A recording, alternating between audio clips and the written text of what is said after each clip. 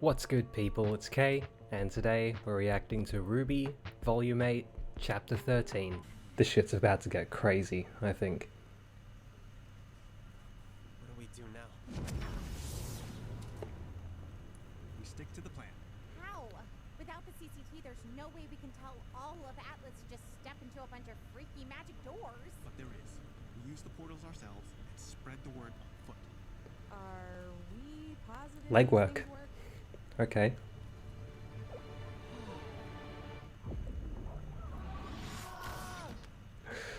Crash test dummy. Someone's always got to go first. Okay. We can do this. Nora and I will get people through the gates. Everyone else, keep to your roles. Remember, the evacuation is priority 1, no matter what else happens. You sure you won't need more help? Shade is armed to the teeth with huntsmen and huntresses. But we're about to throw a kingdom's worth of negativity on their doorstep. If anyone will need help, it's them.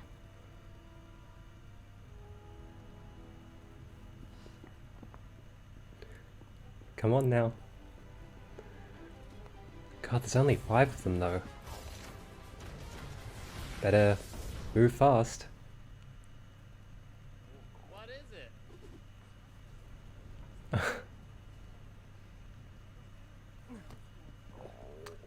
Why are you pushing? Everyone! Oh my goodness. I'm, gonna need your attention. Don't try to act all. Okay, there she is. She's still... So she can still fly around. That's interesting. Yes, hello. No pushing! Just flying around in this place. I thought there'd be more people by now. Our job is getting Penny and the staff to Vacuo. Until then, we have to trust the others. I'm sure they can handle it. We should end up just outside the city limits of Vacuo. Enough space for refugees, but Okay. still within range of communication. All right. I'll focus on. I was wondering where they would end up in Vacuo. As soon as we cross.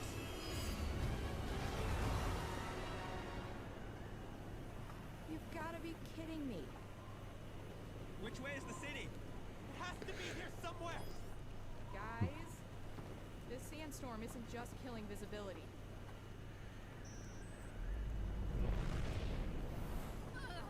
Where are we? Welcome to Vacuo.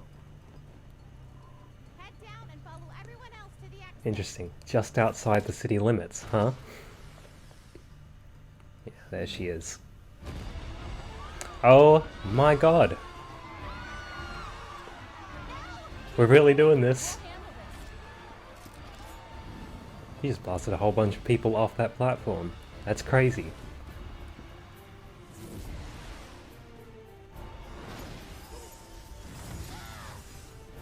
Come on then. Your little friend Oscar was right. But the easy part ends here.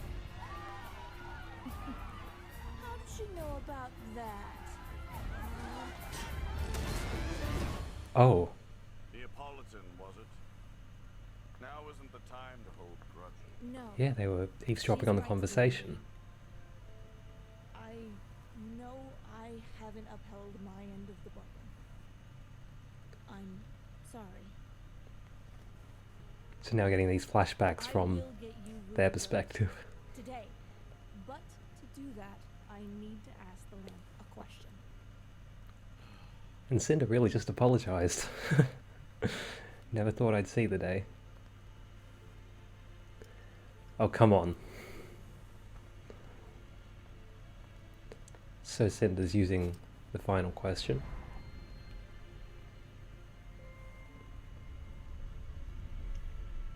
Jin,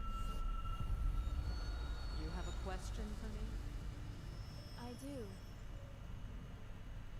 What have Ruby and her teammates planned? Oh, I see.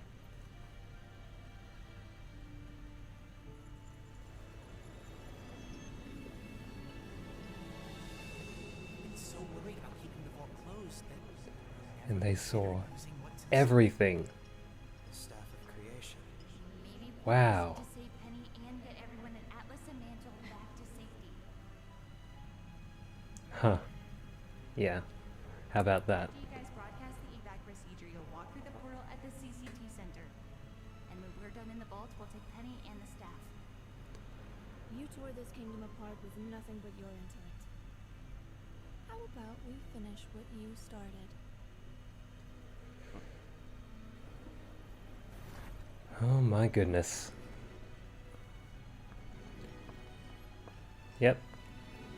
There's the thumbnail.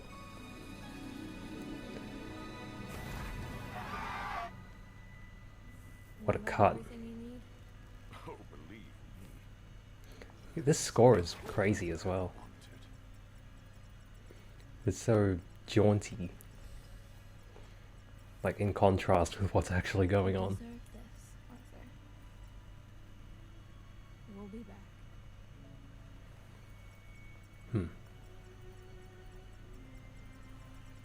You're live. Everyone can see you. Yep, he cut it. Citizens of I thought so. I had a feeling. what we have to tell you is very important. Atlas is Hmm. falling. How's that? But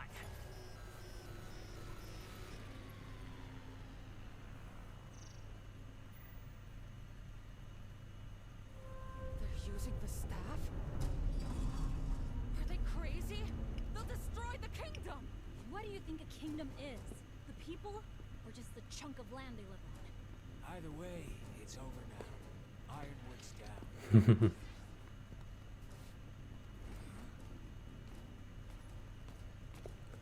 We're really doing this commandeering drones thing again.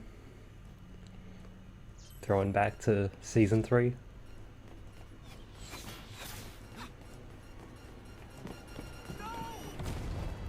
Oh. It's a kamikaze drone.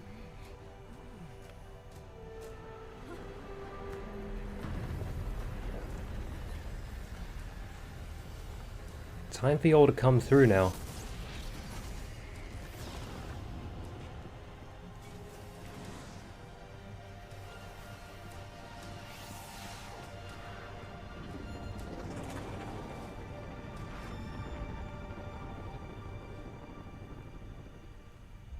What are they doing? They really flew off. Well, I see you're awake finally. Atlas is falling under your watch. How does it feel, Jim? We're really throwing back, aren't we? They've got the staff. Looping all the way back to season 4 now. We both lose. Yeah. How's it feel?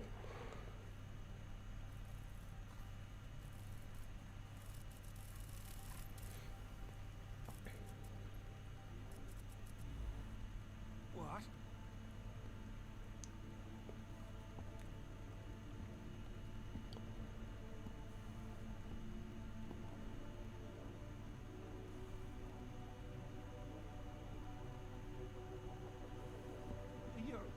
You're going to open mine too, right? So what's did this as well? Oh shit, we're gonna see this weapon.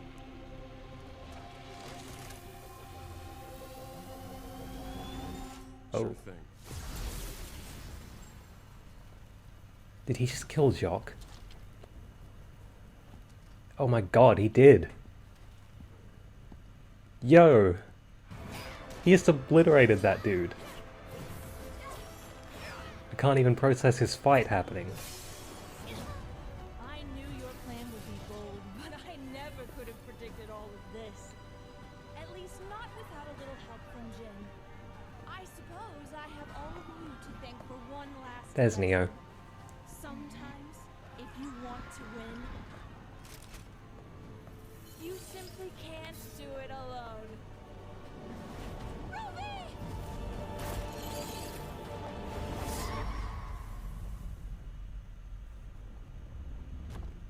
Oh my god, she's gonna fall off. And Blake's just going after her.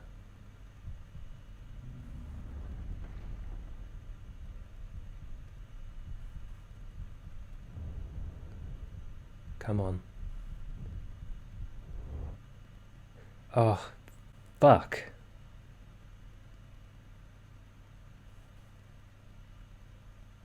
No. What? No! Are you serious?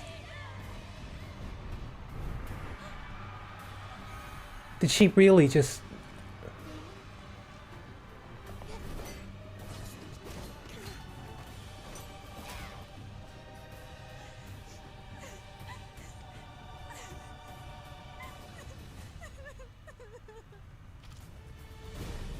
Oh my god.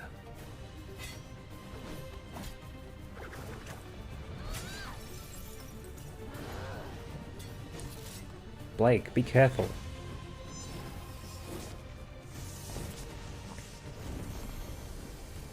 Why'd you have to come back? Penny, no! Why didn't you just learn your lesson? Ooh. Okay, let's see how Penny can fight. My heart is racing right now.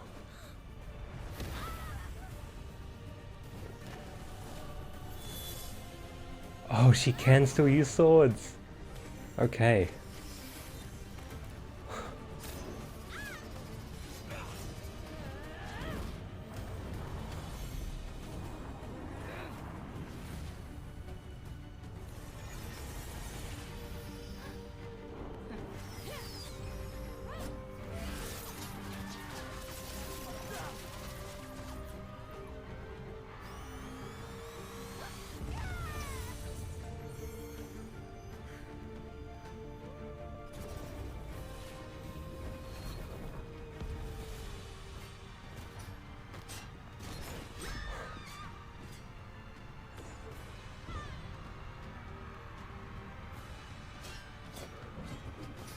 What are we gonna do?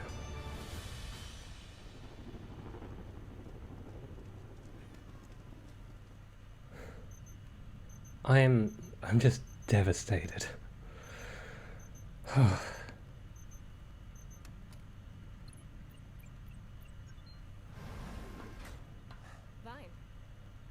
Glad someone made it.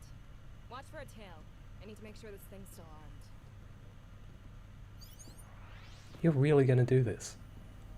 Why? What's the point now? I'm no longer certain this is the most logical course of action. Logic. You Yep. really wanna do this, Vicky? No, I don't. Harriet, the General is no longer in charge. Ruby and the others have used the staff. Atlas is falling. But its people will be safe. Unless you... It's the principle, Vine. It's about loyalty. Clover understood that. Clover would see this through. And perhaps Clover was wrong too. Don't you dare! Thing is, I think she's probably right about that. I think he would have seen it through.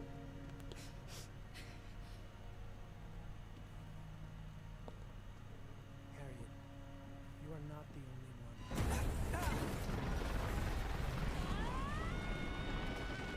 only one. Oh my. Okay. For fuck's sake. We really don't need this right now. We really don't.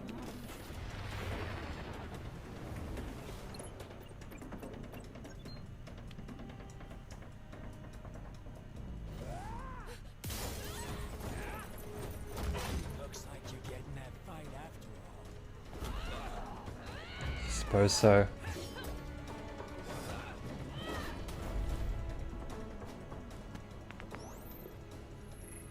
What now?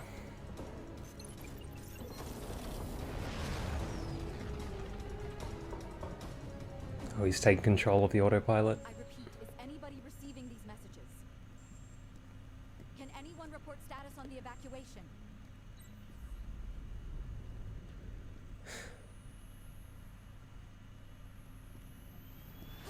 Oh. What the fuck now? It's Ironwood. Oh, we're really gonna get Ironwood versus Winter. I chased a lot of shadows over the years, always expecting betrayal. But never once did I think it would ever come from you. I know what's best for us, and I'm going to do whatever it takes to get that staff. So, consider this my last order. Step aside.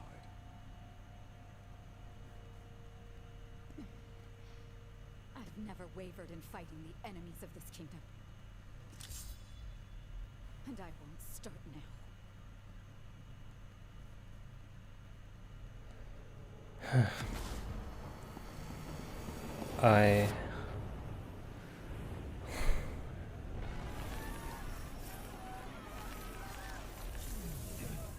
Yeah. Where's Penny? Everything has gone wrong. Wait, Penny should have been here by now. Something's wrong. Yeah. What? Why can't I? Oh dear. Ambrosius. People enter from Atlas One way. Central on one side and leave on the other side with a one-way ticket to Vacuo, one-way ticket to Yeah. We can't go back. The portal won't last.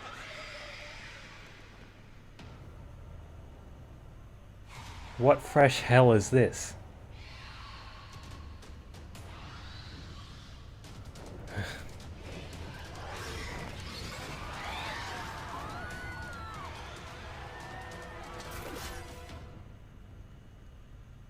And that's the end.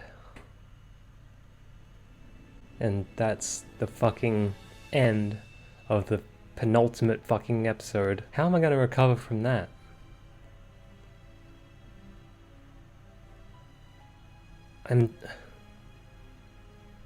Like, I can feel my shoulders just like sagging because I'm so devastated. Did they really just do what I think they did? Well, this is gonna be a hell of a review to write.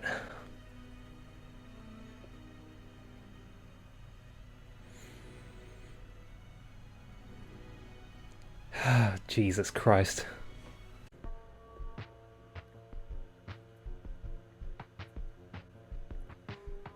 Fuck everything. Okay, calm down. Look, this is a really difficult episode to talk about, and each one of the reasons for that difficulty are obviously connected to what happened with Yang. So, how in the fuck do I talk about this? Apologies for my voice, by the way.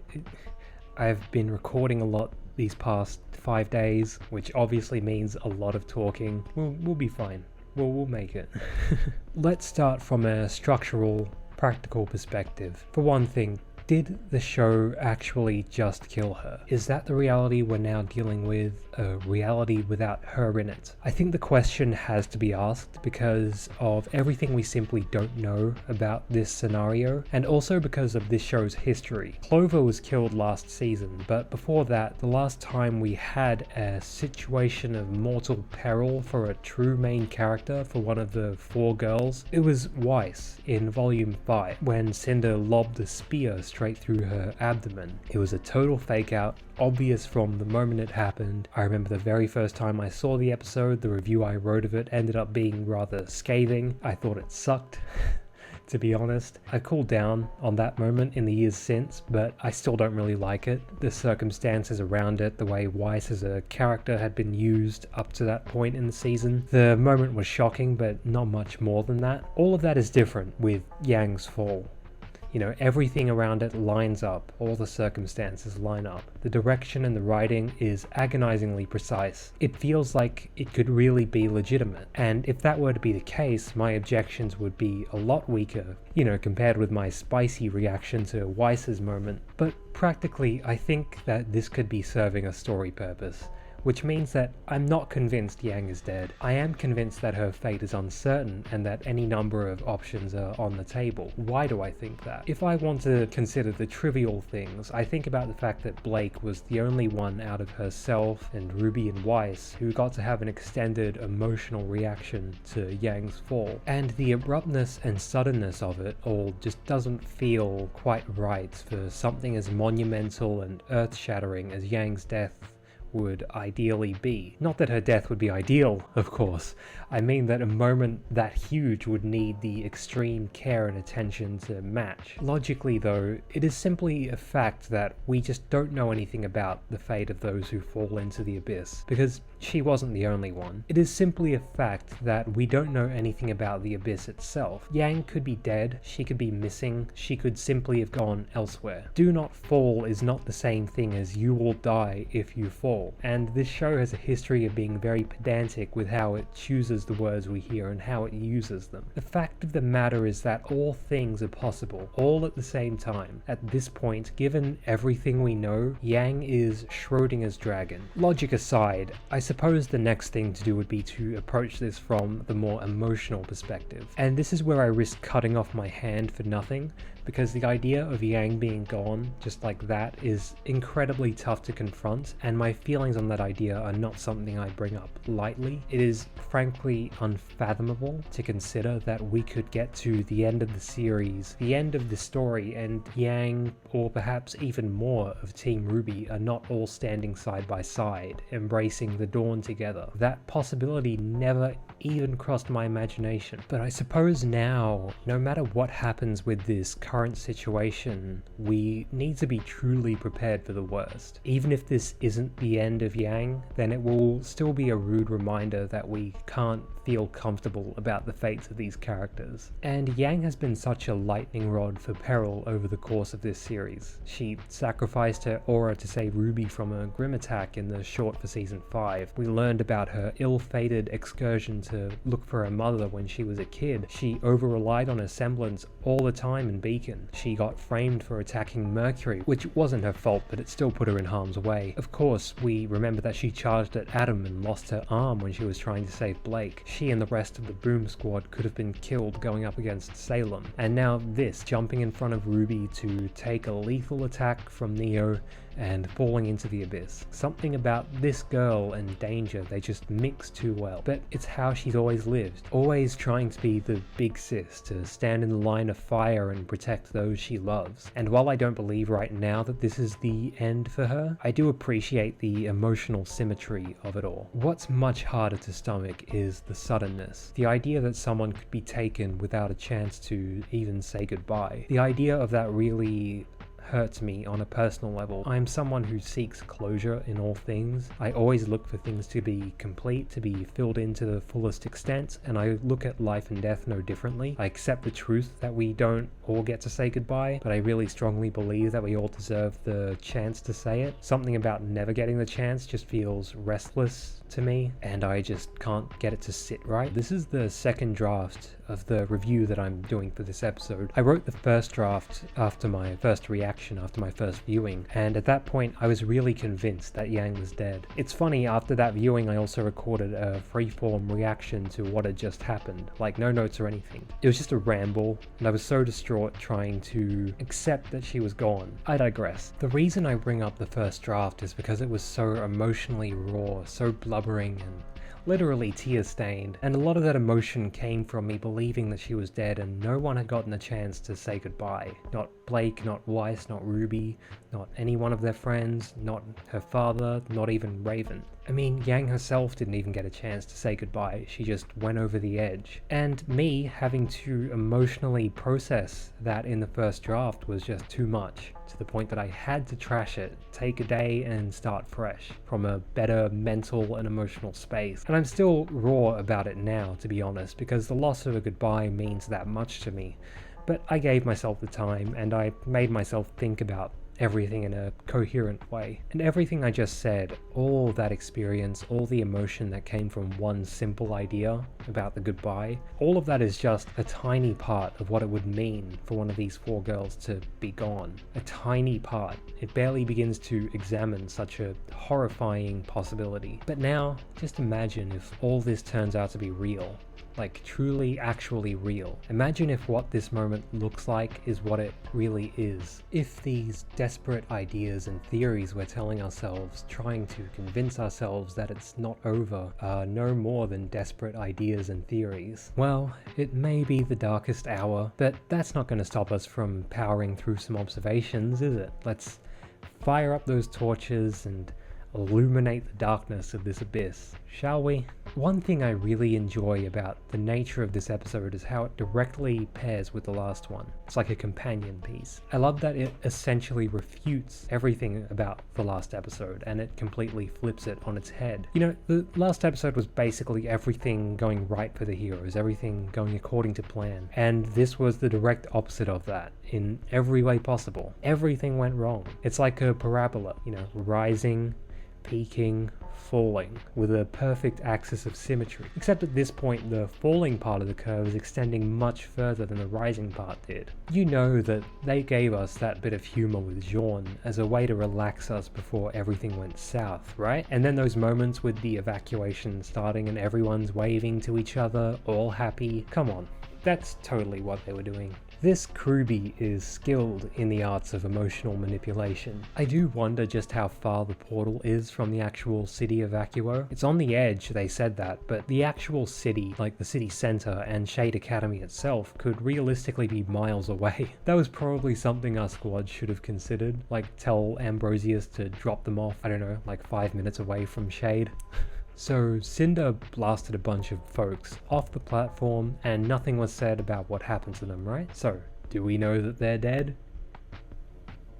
I hope we all remember Cinder getting torn to pieces by Watts a few episodes ago, because this episode is the direct result of that, and I flagged it in that review as well, that her being forced to think about her failures could just turn her into a stronger, smarter, more dangerous force as a villain. Well, here we are. Feast your eyes on an improved version of Cinder, and despair at what this could mean. And she's still the same formidable fighter, you know? Her failures in the past were the result of her mentality letting her down, not because she couldn't fight. And looking back at how Cinder learned of the plan and everything that followed, the whole sequence is one where you just have to sit back and applaud. Like, yep, you got us there. I love that this was how Jin's final question was used. I had been wondering ever since Neo took the lamp about what would become of that question, and I even remember wondering if Neo might find a way to use it herself. But no, it was always going to be Cinder, and it was a great way to start showing us how she was reshaping her approach to things. Apologizing to Neo, you can tell that that meant something to Neo as well, and I was like, okay, Cinder, I see what we're doing here. I appreciate that little reaction she had to seeing Emerald as part of the squad. I wonder what that could lead to. Would she try and entice Emerald back to her side by manipulating her feelings, or would she just cut her off cold? I would lean towards the former, and it remains to be seen if Emerald is really so far gone that she wouldn't try and run back to her. That was a nice hard cut inside the op center. It's very effective. Not only does she hand Watts the keys to the kingdom, she gives him praise. Alright. And then we learned that he was indeed the one who cut the CCT signals and Jaun's broadcast, just like I wondered last episode, you know, if he was going to be working in the shadows like that. He attacks the Aesops and Crow and Robin in the hangar. It's a nice transition because it very sneakily accelerates the story back to the present. And speaking of which, it's not explicitly shown, but I'm close to certain that he was the one who let Ironwood out, because he clearly understands that Ironwood is working against the interests of the children, and that it would be in Watts' own interests to let Ironwood just disrupt as much as possible. And the scene we get with that, we were never meant to like Jokshni, not once at any point, but I love that the show uses this version of Ironwood to kill him, because by now we have this revulsion towards Ironwood himself, and it makes it really difficult to cheer for something like this. Not only that, but last episode also gave us a hint that Jox might one day maybe have had a chance to resolve the animosity between himself and the rest of his family. Winter said that Weiss was going to give him that chance. Or maybe not. These are all future possibilities. And dying like he did robs him of those possibilities. And yes, again, it robs more people of a goodbye. Now, I won't be losing sleep over him dying like this, because again, I never liked him, but you know, he had a family, and their reactions to this are going to be kinda interesting if we ever get to see them. Did this satisfy my desire to see Ironwood's new version of Due Process in action? You know, his weapon? A little.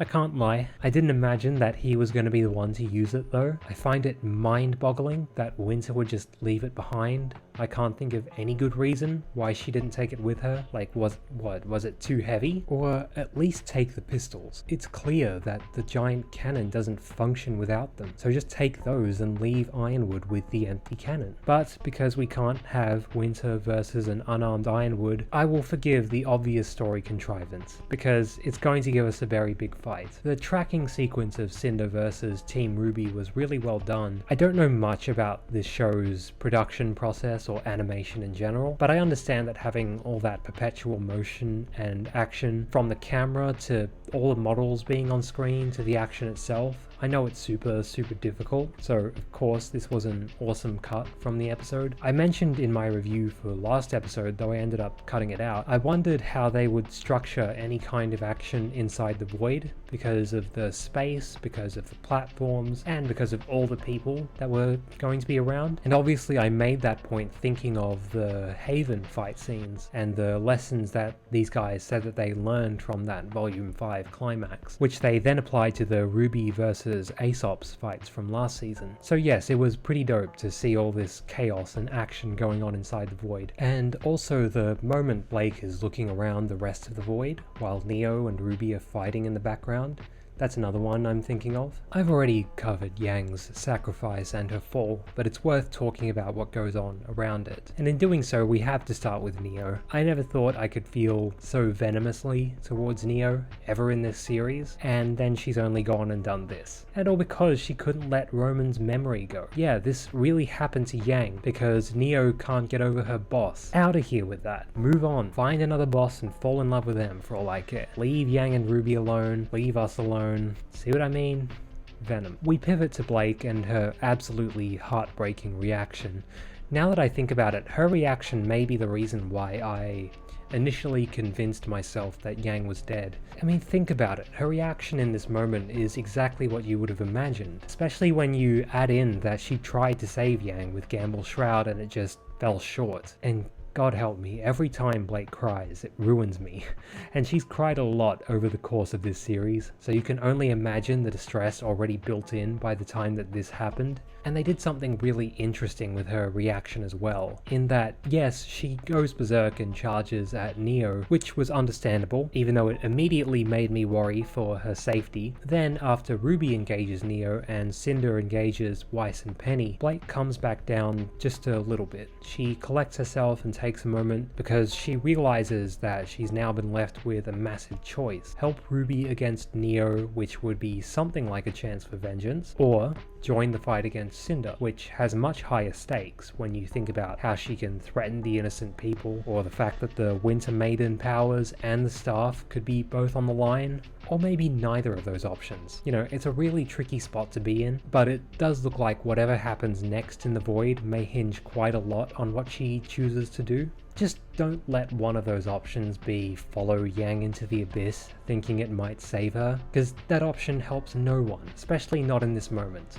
Think about it, by the way, Blake tossing Gamble's shroud and Yang catching it, that's always been their thing from the beginning. I saw that fucking supercut on Twitter as well. All the times Yang caught Gamble's shroud and the one time she didn't. Great. That was something I totally needed to see, especially during that initial phase when I believed that she was dead. Great work right there. Thanks. Now, we have to talk about new/old Penny and how she can fight. So it's quickly apparent that she's still able to fly, but by using the maiden powers instead of her thrusters. I'm so glad that we got a moment where she tries to pull out her swords, but it doesn't happen because she doesn't have them anymore. Or so I thought, because then she fashions new swords anyway. It can only be by using the Winter Maiden powers, somehow. Like, she must be manifesting them with some kind of elemental material. I just wish it was easier to tell what material they're made of, just to satisfy my own curiosity. I liked seeing Weiss getting a bit of extended action for once. Aside from her fight with Marrow last season and a few other really brief moments, we haven't seen her fighting too much throughout the Atlas arc, and she has felt at times like a little bit of a bystander, despite still having all that drama with her family. But with this, you know, we saw her speeding around using a ton of glyphs, summoning the sword to protect a bunch of innocent folks. And as I mentioned earlier, she has beef with Cinder for almost killing her back at Haven. So this is one of those sneaky, destined to happen matchups. You know, her and Penny versus Cinder. But of course, it would be impossible to not talk about Harriet. Still clinging so desperately to the memory of Clover and his ideals and all that good stuff. If I make it sound flippant, I'm afraid that's because I can no longer bring myself to care about what happens to her. She's poisoned the well so much already that it's like, redeem her? Don't redeem her, it doesn't matter to me anymore. I'd rather she just gets out of the way. I really didn't care much for her reasoning in this episode either. It's fine that she's distraught about Clover, and I agree that he also would have followed orders to the end. I agree that he would have gone through with the bomb drop, but that's kind of the point. You know, she's so obviously missing the important parts of everything. Clover was killed because he couldn't stop following orders. And what is this shit about the principle of it and loyalty? Are you so blind that the full extent of your loyalty lies totally with Ironwood? You have no shred of loyalty towards any people of the kingdom besides him? And what the fuck does the principle of it matter at this point? How on earth does that justify going through with a bomb drop? Are you really that unable to adapt to your circumstances, to think for yourself? Are you really that stubborn and robotic? Yeah, this really did nothing for me. In fact, it made my perception of her even worse, especially because even after all that and all her tears, she just goes and turns on Vine and arms the bomb anyway. It really defies all sense. Safe to say that I won't remember her as one of my favorite antagonists of all time, no matter how her fight with Crow goes. And again, I couldn't care less if she redeems herself or not. Once upon a time, she was a cool character, and now it's totally whatever. Her and Crow should still give us an interesting fight though, if they choose to dwell on it in any extended sort of way in the finale. Oh, and by the way, let's not ignore the fact that her complete lack of lateral thinking just gave Watts the means to do whatever the fuck he wants to do with the bomb. So he re-engaged the autopilot, but I wonder, did he change their course at all? Or is he just making sure that the bomb reaches Mantle? We'll find out, but it's fun to think of the different possibilities. Well, not fun for us, but fun for Watts, because he seems to be having so much fun as it is. But speaking of destined matchups, I wonder if it was always destined to come to Winter versus Ironwood. I suppose it was, but I guess there's just no way to look back at Winter's debut in the series and think, yep,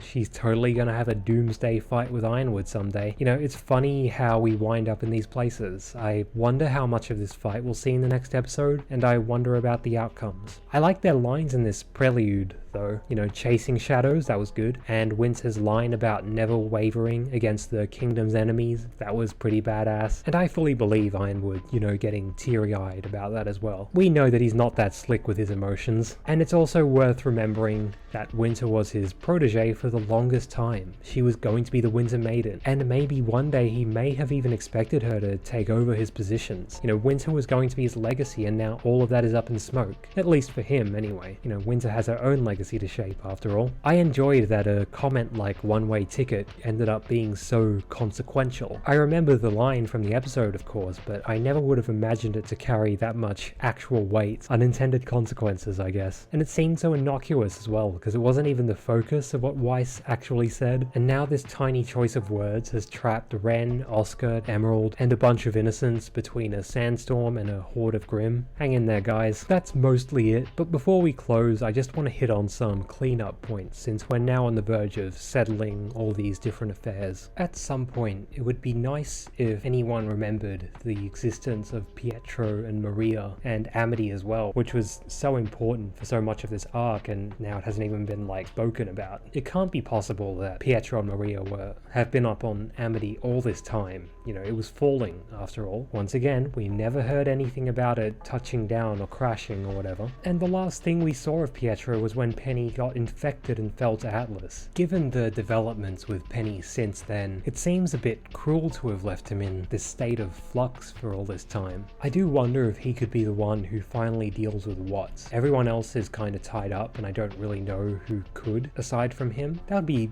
quite the comeback. You know, I really just hope that we don't inadvertently leave behind a bunch of characters just by forgetting to, you know, include them in a shot here or a shot there. And yeah, there's Pietro and Maria, but there's also like Whitley, Willow and Klein. Also, what happened to Marrow and Elm after the drone attack? It knocked them both out and we never saw them again. Although I would find it hard to believe that Crow and Robin would simply leave them behind. They're probably chilling in the cargo hold of Robin's ship. I just really want to make sure that we don't leave any loose ends behind before the season ends. Now, I have a little bit of trivia. I hadn't thought much about Winter's swords before, how they work and why they are the way they are, but this episode was the first time I noticed exactly how the mechanism of her swords work, how she pops the second sword out of the middle of the primary sword, because it's a parrying dagger, main gauche. Pardon my awful French. And the only reason I noticed now is because I recently fell in love with a sci-fi book called Gideon the Ninth. It's totally awesome, you should read it. It's about lesbian necromancers and sword fighting in a gothic mansion. One of my main takeaways from that book was its very strict swordplay system. The swordsmen and women in the story have to fight with a rapier as their primary weapon, and they have a number of options to use with their offhand. Some of them might use a chain, some might use heavy knuckles, but most use what Winter uses, the main gauche. Sorry again, otherwise known as a parrying dagger. And Winter doesn't use a rapier, but her fighting style is partially derived from fencing. That's why her second sword is shorter than the primary sword. Even if her weapons aren't textbook, they're derived from this style of weaponry and swordplay which dates back to the Middle Ages. I love that this book cracked that for me. Gideon the Ninth. Read it, then read the sequel, then wait in anticipation for the next sequel, like I currently am. The music all throughout this episode is pretty phenomenal. You know, the main bits that stick out, you have the string arrangement playing this sort of whimsical theme during the sequence where we catch up with Cinder. I love when you have a score that creates dissonance with what we're seeing on the screen. You know, Cinder is interfering and rampaging, killing a bunch of people, and then you have this happy-go-lucky tune underscoring it all. Another one is right after Yang falls and Blake becomes enraged. You know, we get this really intense synth arpeggiator combined with this soaring string passage, and then at the end of the episode when the Grimm come for the people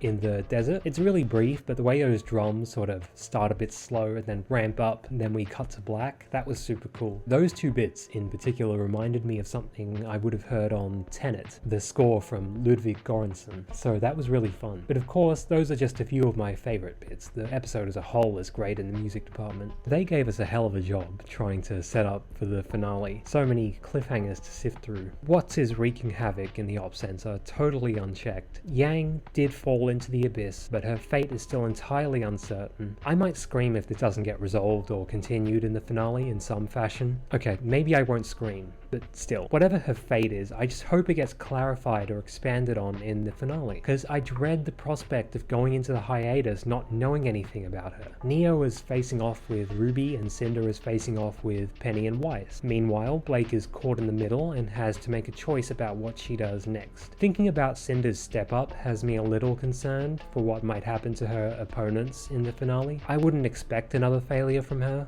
at least not so soon and not so predictably. Harriet is fighting Crow and Robin in the skies and the bomb is armed and heading for Mantle, I presume, while the rest of the Aesops are each sidelined in some fashion. We have Winter and Ironwood lining up. What's your pick? I don't think it's that simple, but I would lean towards either Winter or a crippling draw, though I could also see Ironwood beating her and disrupting things inside the void. There's a lot of possibilities. To close it out, there is a stack of innocent people trapped in a sandstorm in Vacuo, some unknown distance from the city proper. The only thing standing between them and a bunch of Grimm is the presence of Oscar, Ren, and Emerald. I wonder what role the forces of Vacuo could have to play in resolving the sandstorm cliffhanger. Could we potentially see the return of some familiar faces? Team Coffee and Team Sun are hanging out there after all. And, of course, we must always remember that Salem will come back sooner rather than later. In closing, Worthy is... what can I say? Just as everything seemed to be going to plan, all of that everything has taken a turn into complete chaos. And this episode reminds us just how easy it is to fall into that state of devastation, how it can happen just like that. You can't really ask for a more suitable, a more affecting, a more explosive setup for the finale. The prospect of immediate and immense cataclysm carries a particular sense of fascination. It may be an obvious thing to say, but this is truly the darkest hour, the story of RWBY, the story of this series, these characters have ever entered, and it's not really close. The pain, the dread has never felt so acute. We've never had so much hanging in the balance, so many fates uncertain. This was a brilliant penultimate episode. Please let Yang be okay. That's how I'm feeling. This review really required walking a fine line between all the initial emotions, the weepy first draft, and now settling on the analysis that I have. It was important that I took a breather to consider everything in play and really think about what I wanted this review to be. How exactly did I want to treat this episode? How exactly did I want to prepare for kinda every eventuality? I mean it when I say that this was the hardest RWBY episode I've ever had to confront, that I've ever had to talk about or think about as a reviewer and just as a fan, but I'm still living for all of it. Every minute, every second. I think there's something about getting to a finale that really drives that perspective home, that reflection of how we got here. It's an emotional thing in its own right, and then this episode just had to pile on and give me that emotional overload. That's all for now. Thanks for watching, and I'll see you in the finale.